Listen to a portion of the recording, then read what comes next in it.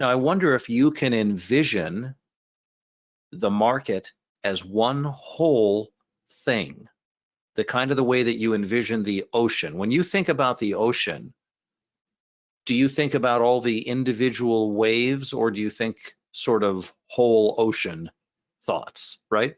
And even if you do think about the individual waves, it's not difficult to switch gears and to think about the whole ocean. So thinking of the ocean as a whole thing.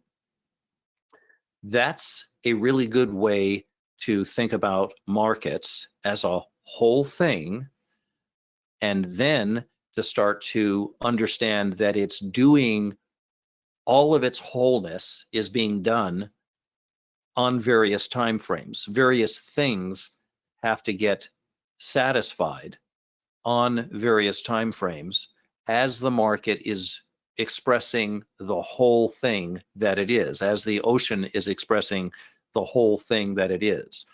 So it's good to remind yourself that it's one single whole thing that can be divided up into bits and pieces.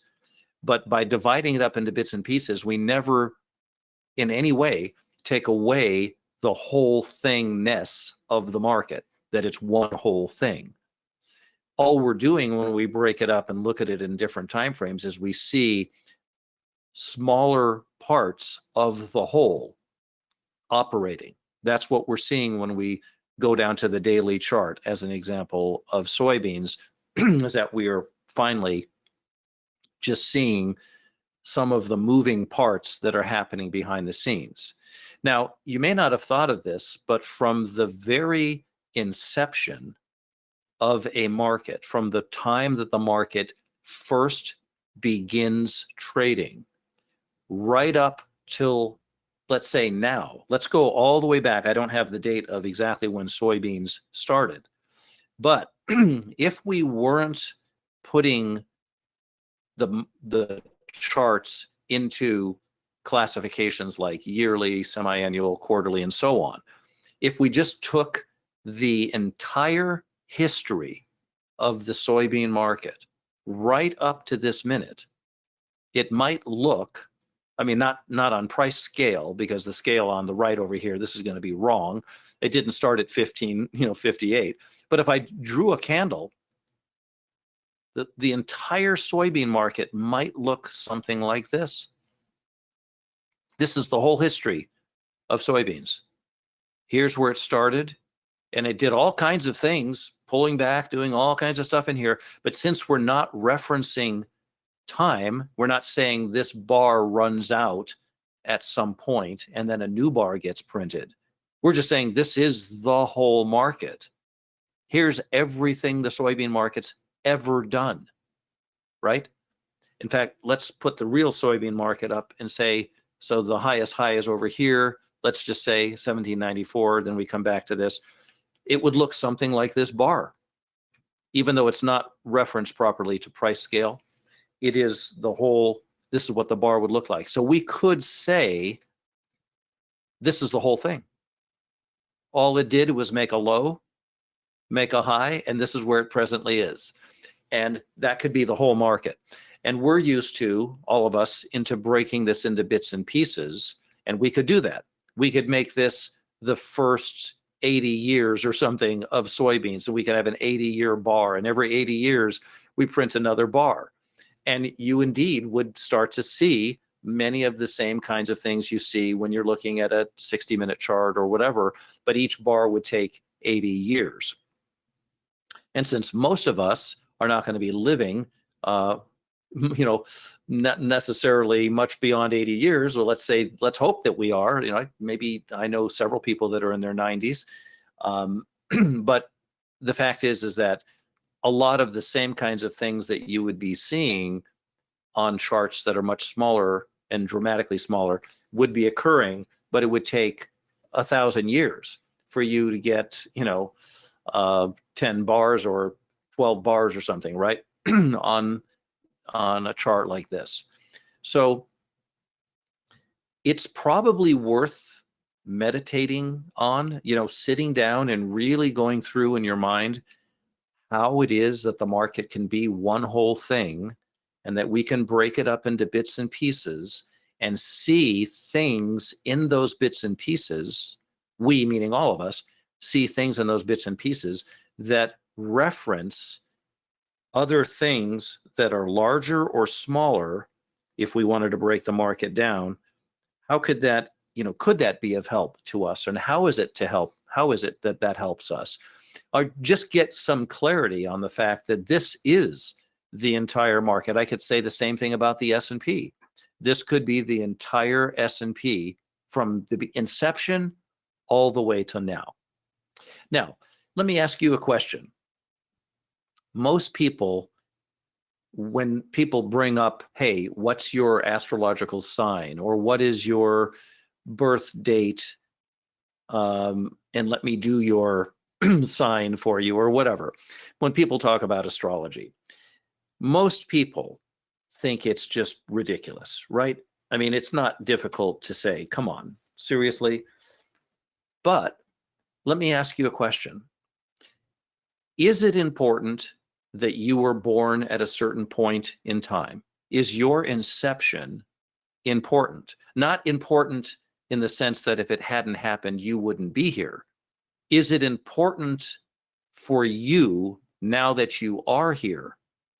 Is your birth date an important part of your life? And I would say, yes, on a very normal, practical level, it's very important, because that's how we would know what your age is, right? If you're over 60 or whatever the age is to get Social Security, we would only know that by knowing your birth date. And of course, I could go on and on about all of the ways that we reference a person's life by going back to their starting point, right? So the beginning of something has to be important. Now, would you also agree, if you agree that your beginning point is important, would you then also agree that whatever was going on in the existing world right before you were born, all of the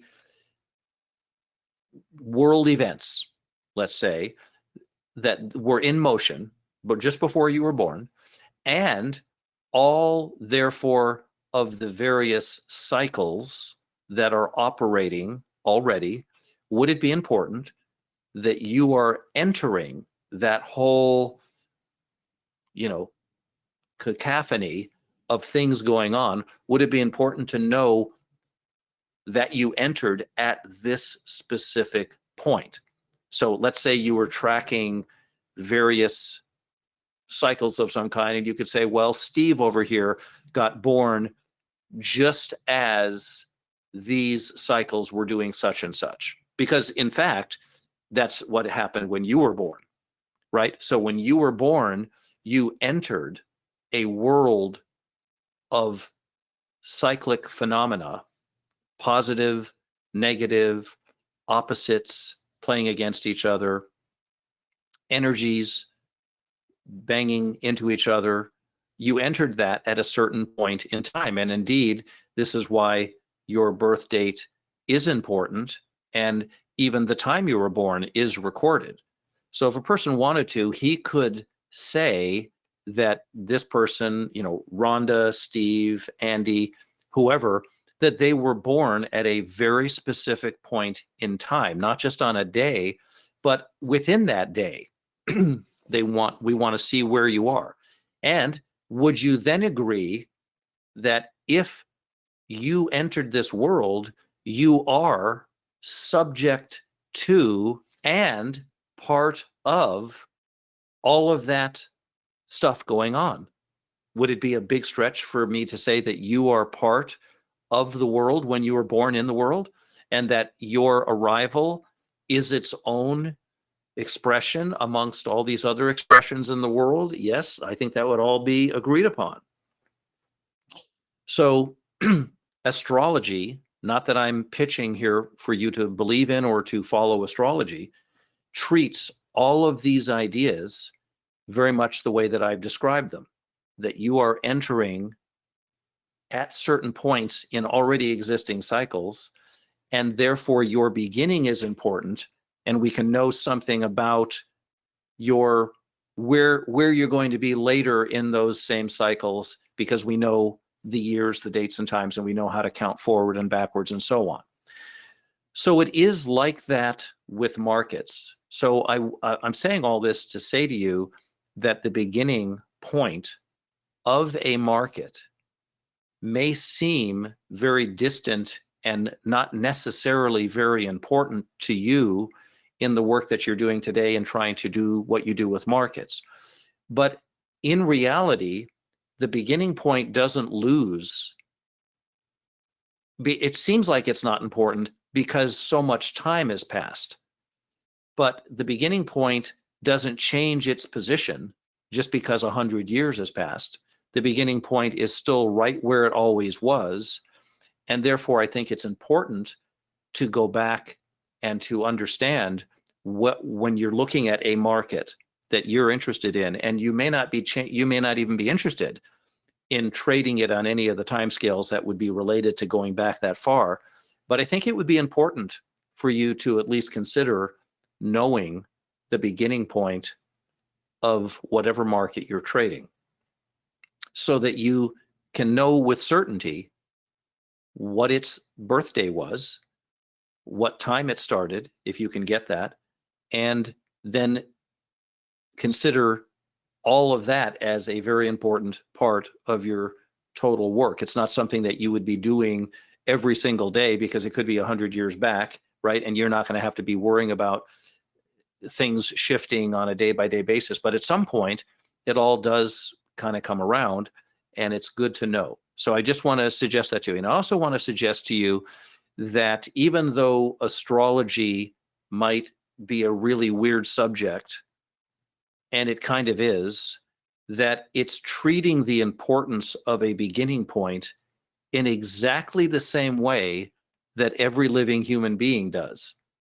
It's not doing anything different than any living human being who says it's very important that I was born on this date. It's very important what time I was born. And that date occurred, midsummer, or even, you have the exact date, but you have other factors you can say. You were born in the third quarter of the year on your birth date of this and the time of that. People find that very important. So does astrology. And astrology also treats the idea that there are already existing cycles that are in play that you enter in on. But remember, by entering, you yourself have imposed a force on those cycles. You're part of them, but you're also imposing your own thing because you're here. You're a part of the whole business. So consider thinking about the beginning point, or seeing if you can explore. Maybe on your charting system you can go back to that. Maybe you can't, but it might be something for you to think about. Now, a couple other things I wanted to say, and I thought this was an interesting idea of just taking the whole market's history and just painting a single bar. Don't even worry about what the time frame is. This is the whole history of this market up till now. And obviously, from the highest high and the lowest low, the market could spend long periods of time in between those highest highs and lowest lows, and it would just look like this for maybe another 25 years. It would never go higher than this or lower than this, as an example. So you can't really use this single bar concept to trade, but it does help you to start stepping through what happens when you do bring time into the picture. And then you see what the market does on the next period of time. And really go through that with your mind. Take some time and think about it, because you might be overlooking some things that you would want to see.